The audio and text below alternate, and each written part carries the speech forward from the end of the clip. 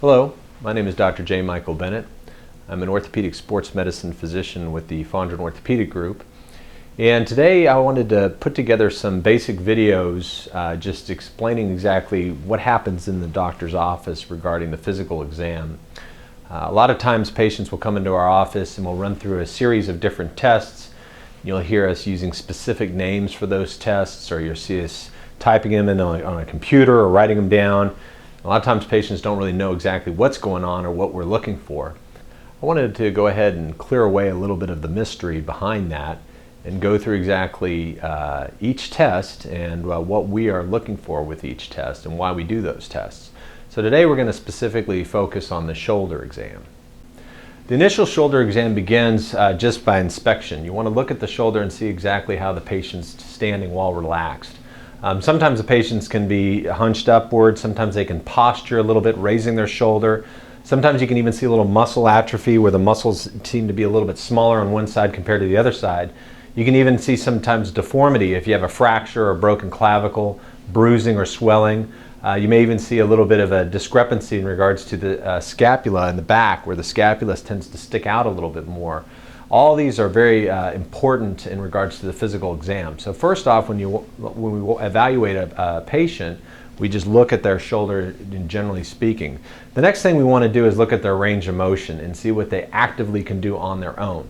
So we have them start by going for forward flexion all the way up as high as they can, and usually we'll use a little tool called a goniometer to evaluate exactly what that measurement is. And it'll tell us exactly how many degrees of motion that they have. If they have full range of motion, they come on back down, they come on out to the side, all the way up, all the way up, come on back down. We usually have them put their arms at their side, rotate outward, and then they rotate behind. Okay, that gives us all planes of motion: forward flexion, abduction, external and internal rotation. If we see any discrepancies, that again is another sign that something is pathologically wrong with the shoulder. It could be a stiff shoulder, it could be a rotator cuff tear. The next thing that we like to do is evaluate their muscle strength. Okay, have them put their arms at their side, have them gently push out, have them gently push in, have them hold their arms up with their thumbs down and hold up and resist. Okay. That actually looks at the strength regarding the external rotators of the shoulder, the internal rotators of the shoulder, as well as the deltoid and the supraspinatus tendon. When they're actually turning their thumbs downward, that actually isolates the supraspinatus tendon, so it actually will show us the strength. So if you have a patient that has a acute rotator cuff tear, they'll try to resist you and that arm's going to fall at their side. Or they may just have a rotator cuff bruise or an inflammation. The next thing you want to do in the physical exam is palpate. And it usually starts with looking at the shoulder, and you palpate the bony prominences across the shoulder. You start with the clavicle, you push across the clavicle over to the acromioclavicular joint here. If you have a patient that, say, was a football injury or a skiing injury where they land directly on the shoulder, sometimes you can get a discrepancy right at the AC joint here. Well, you'll see the clavicle higher than the acromion, and you'll see a lump there. Sometimes you can get just a sprain there. This is also where you're going to see a clavicle fracture. If you see a little bit of a bump right where the clavicle is, or some swelling or bruising, that is indicative of an injury at the clavicle. Next thing we do is we palpate the biceps tendon, which is right around here. This is the long head of the biceps tendon.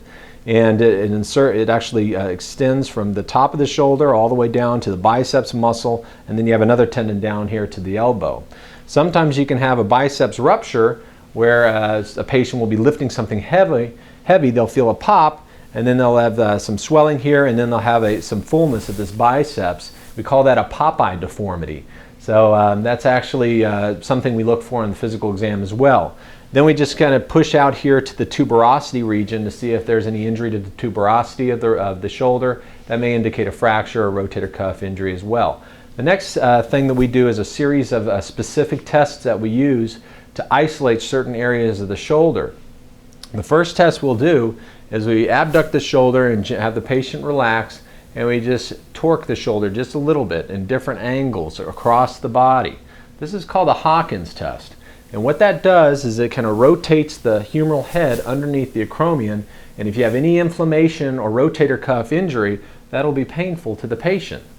The next thing we do is we have the patient bring their arm up to their side with their thumb down again, reach all the way across their body like this, and then have them resist us. Okay? And if you push directly down and they drop their arm, that's a positive O'Brien's test, and that can isolate the rotator cuff again and tell us that they have a rotator cuff problem. The next thing we want them to do is rotate their hand upward, hold their arm forward flexed like this, and resist. Okay? This is a speeds test. This isolates the long head of the biceps, so if you have an injury to the long head of the biceps, they'll have pain and they'll drop their hand. Okay? The next thing we have them do is we have them reach across their shoulder and scratch their other arm. If they can do that without pain, then that means their AC joint is okay. If it hurts them when they do that, usually that means they either have a clavicle injury or an AC joint injury, sometimes a biceps injury as well. The next thing we do, we have them push it on their belly, stick their elbow out, and hold their arm out as strong as they can. If they can resist you without pain, then you know the subscap tendon is okay, which is the tendon in the front of the shoulder. Sometimes if you have a patient that has a subscap tendon tear, they will not be able to bring their elbow out to their side and will not be able to push down onto the belly. Okay? The next test we do is if you have a patient with a history of dislocations or instability of the shoulder, if they bring their arm out to their side, abducted, and you put a little bit of stress or pressure out here in different angles here, it creates what we call an apprehension sign. That means that it feels like the shoulder is going to pop out of joint, and they become very uncomfortable when you do that position. If you do have a patient that's had a history of dislocations, I do not recommend that you do that with a lot of stress, because you could very well create a dislocation in the clinic. So if they're at all apprehensive in that position, that's a positive apprehension sign. The next thing you can do is have the patient lay down on the table, and you can evaluate their shoulder stability.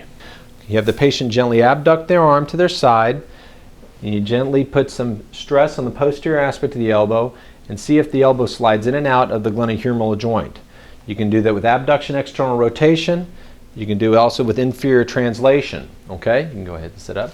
You can do this there's another way of doing this as well, is having them sit at their side and seeing if you can stress it downward.